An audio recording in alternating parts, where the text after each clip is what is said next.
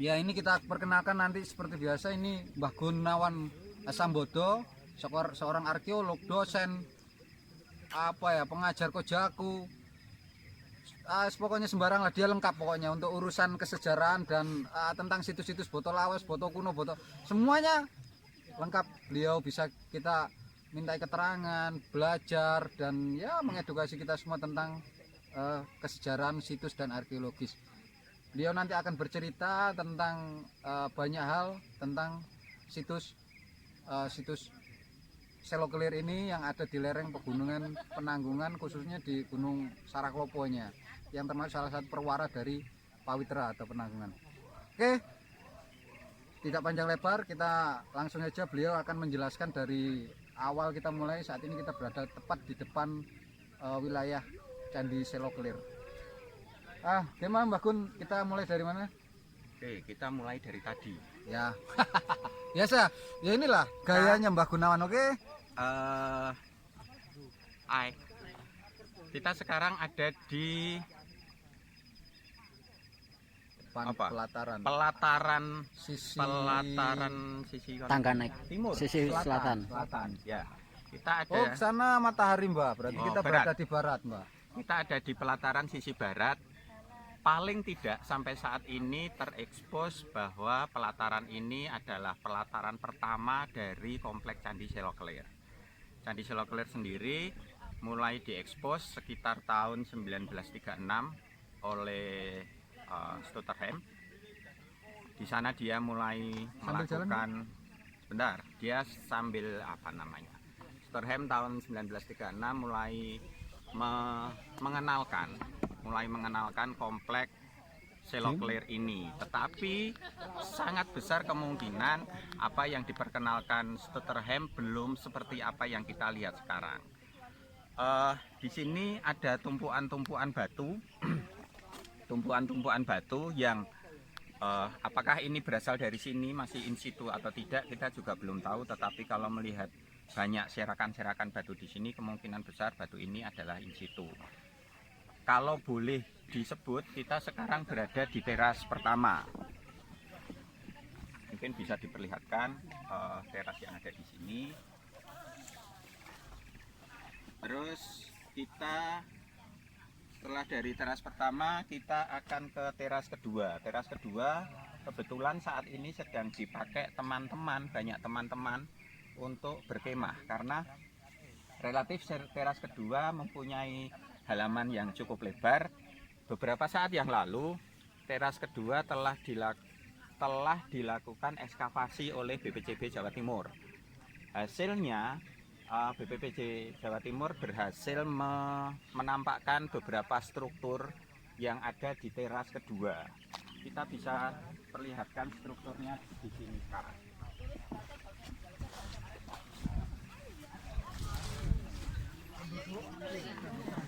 Nah, ini adalah struktur lantai paling tidak sampai saat ini yang bisa dinampakkan. Dari sini kita bisa melihat beberapa tatanan batu dan iya, di sini juga ada tatanan batu. Beberapa di sebelah sana ada tatanan batu lepas. Nah, di awal dari undang-undangan untuk menuju ke Candi Seloklir, kita juga bisa melihat ada tumpuan batu. Kita tidak tahu tumpuan batu itu apakah bagian dari yang di sana tadi atau adalah bagian dari yang ada di teras ini. Belum bangun, biarin. Sekarang kita naik ke teras utama dalam tanda kutip dari Seloklir itu sendiri. Di sini ada undang-undangan batu yang mungkin aku lihat ini baik. Kita naik undang-undangan. Ini adalah undang-undangan batu yang dibangun kemungkinan besar semasa dengan apa yang Seloklir dulu pernah buat pada masanya. Di sini sebelum kita naik ke ben medun meneh, apa-apa tadi gitu ya kita soalnya. sebelum kita naik ke teras di Candi Seloklir, kita bisa melihat di apa ya ini namanya? Saya. Dinding penguat teras itu beberapa saat yang lalu juga dilakukan ekskavasi oleh BPCB Jawa Timur, berhasil menampakkan beberapa hiasan pagar. Nah, seperti ini itu adalah hiasan-hiasan pagar yang bisa kita lihat dari hasil ekskavasi BPCB Jawa Timur beberapa saat yang lalu. Apa aja nih? Hah? Namanya apa ini? Itu namanya saya juga tidak tahu. Lebih baik saya sebut hiasan gitu saja daripada terjadi pembelaguran secara berjamaah. Teras keberapa? Ini kita ada di teras. Saya dengar ada istilah tanggapannya gede. Saya nggak ada tanggapan ya di sini, oke? Kita sekarang ada di teras apa ya? Mungkin bisa disebut teras utama dari Candi Selokrio. Di sini kita bisa melihat beberapa tumpuan batu. Kemungkinan besar tumpuan batu ini berasal dari apa yang ada di Selokrio. Kelir. Kok Selokrio aja. Di sini kita bisa melihat seperti ini. Ini ada relief kepala seseorang. Ada relief kepala seseorang. Kemudian di sini kita bisa melihat ada relief ekor ikan. Ini kepala ikan. Saya nggak tahu apakah itu ikan paus atau ikan teri, ikan hiu, ikan bandeng. Kita juga masih bisa melihat dua orang sosok yang sedang menghadap ke kanan kiri. Sini kalau teman-teman mau sedikit mencari dari data-data yang ada di internet, foto tahun 1930-an lah, saya lupa tepatnya. Di sisi sebelah sini nampak ada 3 buah arca. Arca. Salah satunya adalah arca Panji yang sekarang berada di Museum Geologi Bandung. Panjang tingginya sekitar 125 cm yang terpecah menjadi 3 bagian kaki, bagian tubuh, dan bagian kepala.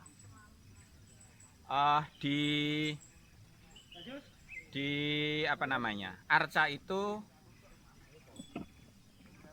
menurut Stutterheim yang kemudian diperkuat oleh Purwacaraka dan kemudian diperkuat lagi oleh Lydia Given, itu adalah sosok Panji.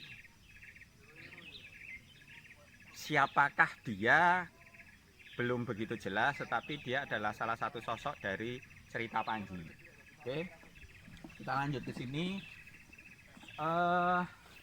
Di sini di pagar dari teras ini ada teras berundak banyak sekali.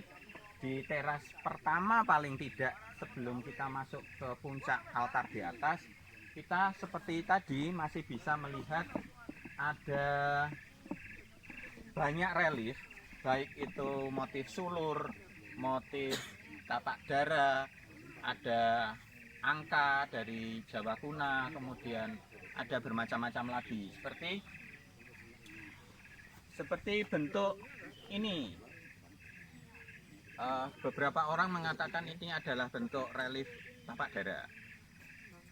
Terus terang saya tidak begitu tahu apa maknanya, tetapi mungkin akan lebih banyak berfungsi sebagai penghias motif hias saja.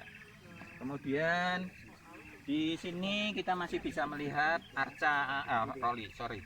relief orang menggenggam tangan. Di sini ada juga beberapa relief tumbuh-tumbuhan. Dan di sini itu ada angka. Ini ada angka Jawa Kuna. Ini angka 1 dan angka 3. Saya tidak tahu apa makna dari angka ini, tetapi kemungkinan besar ini adalah angka tahun. Tetapi bagian belakang tahun berapa saya tidak begitu tahu. Di beberapa vlog yang lain disebutkan bahwa ini angka tahun 1356 atau berapa Saka. Tetapi setahu saya laporan pertama tentang penanggungan yang bertahun Saka 1356 itu adalah prasasti dari Balikambang. Tentang tahun dari Selo Kelir sendiri saya belum membaca angka yang pasti, tetapi yang jelas di sini ada angka 1 dan 3. Stutterheim Claire Holt itu pernah menyebutkan, pernah menggambarkan di sini ada relief cerita Bima yang dihubungkan dengan entah itu Bima Kumara, entah itu Nawaruci, entah itu Dewa Ruci. Bisa dilihat sendiri, saya juga tidak hafal apa namanya cerita-cerita itu, tetapi Stutterheim paling tidak menyebutkan bahwa pernah ada relief cerita Bima di sini dan disinggung sedikit dalam disertasinya Maria Kolke. Lupa saya halamannya. Oke, kita kemana kita sekarang? Seperti tadi saya bilang, banyak sekali relief-relief yang ada di sini, relief-relief antar teras yang bisa teman-teman kalau pas main ke Bukit Sarah Klopo, terutama di Candi Selo Griya ini bisa teman-teman lihat sendiri. Selo Kelir. Soalnya saya kemarin ke Selo Griya di Magelang, jadi saya berkali-kali ngomong Selo Griya. Banyak sekali yang bisa kita lihat di sini. Mungkin nanti bagian juru film bisa memperlihatkan masing-masing relief yang ada di sini. Seperti tadi kita bisa melihat lagi. Nah, ini ada kaki. Ada kaki seseorang, ini ada perut seseorang. Saya tidak tahu. Ini juga ada perut seseorang. Saya tidak tahu apakah perut si pembawa kamera itu segede ini atau tidak. Garuda. Kemudian, ini juga seperti arca-arca penjaga, apa namanya, relief arca penjaga, relief Barapala. Di sini ada sebuah susunan kelompok bangunan yang berada di sisi kanan, di sisi kiri dari pintu masuk ketika kita menghadap ke arah timur. Khususnya bermanfaat bagi kajian ilmu pengetahuan seandainya candi ini untuk disusun ulang. Terlepas dari banyak konsekuensi-konsekuensi yang ada, tetapi akan menjadi sangat lebih baik seandainya ini bisa disusun ulang. Nah, peletakan arca panji sendiri, saya terus terang tidak begitu tahu karena dari laporan-laporan yang ada, arca itu seperti tadi saya sebut di depan telah ada tergolek di sisi sebelah kanan pintu masuk teras pertama ini tadi. Ini kita ada di entah teras berapa. Bisa dilihat di foto Belanda. Foto Belanda ketiga arca itu apa? Semende apa bahasa Indonesia ini? Bersandar. Nah, bersandar dengan sangat nyamannya di pagar. Jadi bentuk apa candi? Ini adalah apa ya? Bentuk dari teras berunda. Bentuk teras berunda adalah semacam bentuk bagaimana nenek moyang kita sebelum kebudayaan Hindu dan kebudayaan Buddha itu masuk ke Indonesia. Mereka telah mempunyai kebudayaan sendiri yang relatif itu berbentuk. Hai, di sini saya. Punden Berunda. Oke. Punden Berunda. Punden Berunda itu adalah bentuk awal dari bagaimana nenek moyang kita memuja leluhurnya yang sudah tidak ada di dunia ini. Konsep dewa yang berada di gunung, konsep dewa atau leluhur yang berada di ketinggian itu dimanifestasikan dalam bentuk punden berunda. Salah satunya yang ada di Pegunungan Penanggungan, lebih khususnya ada di Selo Clear. Oke, begitu Mas. Oh, ternyata perut dia tidak sebesar apa yang saya katakan tadi. Ya teman-teman, mungkin ada sedikit pertanyaan dari teman-teman bahwasanya kenapa walaupun tidak semua tapi sebagian besar punden berundak di Penanggungan ini seolah menempel pada dinding gunung. Kenapa Mbak? Itu mungkin bisa sedikit dijelaskan itu kenapa kok mereka itu menempel pada dinding tidak lepas seperti misalkan Borobudur satu bentuk yang utuh seperti itu. Nah ini kenapa kok dia berbentuk terasiring atau berundak menempel pada bagian dari gunung? Oke. Kenapa menempel pada bagian gunung? Sebetulnya ini adalah bagaimana nenek moyang kita mencoba untuk lebih beradaptasi dengan alam. Jadi bentuk-bentuk yang lereng pegunungan yang relatif sudah miring itu kemudian dengan sedikit adaptasi dari nenek moyang kita dibuat menjadi berundak-undak dan kemudian susunan berundak-undak itu ditambahi dengan susunan-susunan batu. Selain untuk memperkuat dari lereng pegunungan biar tidak mudah longsor, di sisi yang lain itu juga menjadi manifestasi dari bagaimana sebuah bangunan berundak yang merupakan bagian dari kebudayaan nenek moyang kita itu menampilkan bentuk nyatanya. Jadi seperti itu, berarti memang lokasi yang digunakan adalah mengikuti kondisi alam. Yes. Oke Mbak, itu kan ada beberapa bagian Mbak. Di sana ada itu apa namanya dan ini itu apa namanya? 1, 2, 3, 4. Yang puncak itu apa namanya Mbak? Di kamera nih lah, ini dia. Kita bagian atas sebuah pemujaan itu biasanya disebut dengan altar atau paring suci, di mana altar itu tempat para pendeta, para pemimpin upacara melakukan puncak upacaranya.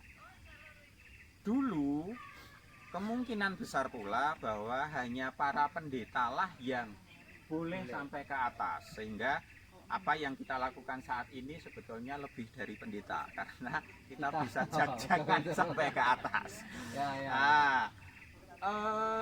Mungkin seperti itu. Jadi tadi di awal kita telah melihat banyak sekali lapangan-lapangan yang luas, kemudian ada beberapa struktur bangunan di sana. Kemungkinan besar itu adalah tempat para jamaah, tempat para pengikut upacara yang dipimpin oleh salah satu pendeta ketika melakukan puja yang ada di atas. Berarti fungsi altar untuk pemujaan. Nah, ini sayap-sayap ini adalah fungsinya selain dalam seninya adalah hiasan, bentuk bangunan atau arsitekturnya, tapi juga penguat gitu ya Mbak ya. Penguat boleh, tetapi seperti itu tadi sebetulnya ini adalah bentuk nyata dari bagaimana dulu punden berundak itu yang mungkin dulu sekali itu masih hanya berupa sebuah bukit, kemudian diberi undak-undakan, kemudian di bagian atas ada sebuah altarnya. Tetapi apa mungkin sedikit ada di masa filosofinya gitu Mbak? Filosofi aku bingung nek soal filosofi karena saya biasa masak sop tanpa sapi. Ya karena Mbak Kun kita khususkan untuk ini, jadi nanti filosofi kita ambil datangkan dari narasumber lainnya. Oke, adakah lagi atau bisa ditanya di bawah ini. Oke teman-teman, untuk bincang-bincang hari ini sangat menarik ya, karena banyak sebenarnya yang kita bisa ungkap. Misalkan gini, teknologinya kayak mana belum dibahas sama Mbah Gun. Nanti mungkin suatu saat kita tanyakan beliau. Oke. Teknologinya kayak mana, kok bisa seperti ini, bagaimana ngangkutnya, di mana letak loh, maksudnya letak apa? Kalau kita bilang sekarang tuh bengkelnya tuh gini, kayak mana sih bentuk bengkelnya, kayak mana? Di hatimu. Nah, sungguh terhura gitu. Nah, terus peralatannya kayak mana? Apakah dulu ada kompas, ya kan? Arahnya kemana? Ini arahnya kemana? Kompasnya kayak mana? Pahatnya kayak mana? Peralatannya pakai apa? Angkatannya pakai mana? Masih banyak yang harus kita ungkap, khususnya teknologinya ini, karena teknologi ini sangat penting. Karena suatu peradaban tanpa teknologi tidak ada apa-apanya. Karena yang terpenting adalah peradaban itu dibangun karena memiliki teknologi, kemajuan dalam peradaban itu. Nah, untuk hari ini kita sudah banyak pelajaran yang dapat kita petik, dapat kita ambil hikmahnya. Untuk pesan terakhir, Mbak Gun? Saya tidak akan melakukan pesan terakhir karena Ya, saya apa? masih pengen ketemu dengan teman-teman yang lain. Inilah. Ah, Betul, mantap pokoknya, mantap. Oke. maka pesan saya hanya sekedar, ini bukan pesan terakhir. Saya Berarti, hanya oh iya, sekedar- lupa kita ini bukan pesan terakhir, bukan. Jangan pesan- lupa. Pesan saya hanya sekedar subscribe ya. Oke. Ya berarti dukung terus jalan-jalan kita, jadi nanti kita biar dapat apa ya, pencerahan lebih panjang. Oke, terima kasih. Sampai jumpa lagi di episode selanjutnya di jalan-jalan kita bersama Jelajah Situs Pawitra di bincang-bincang sejarah bersama pakar. Sampai jumpa lagi episode selanjutnya. Jangan lupa subscribe. Oke, assalamualaikum warahmatullahi wabarakatuh. Waalaikumsalam.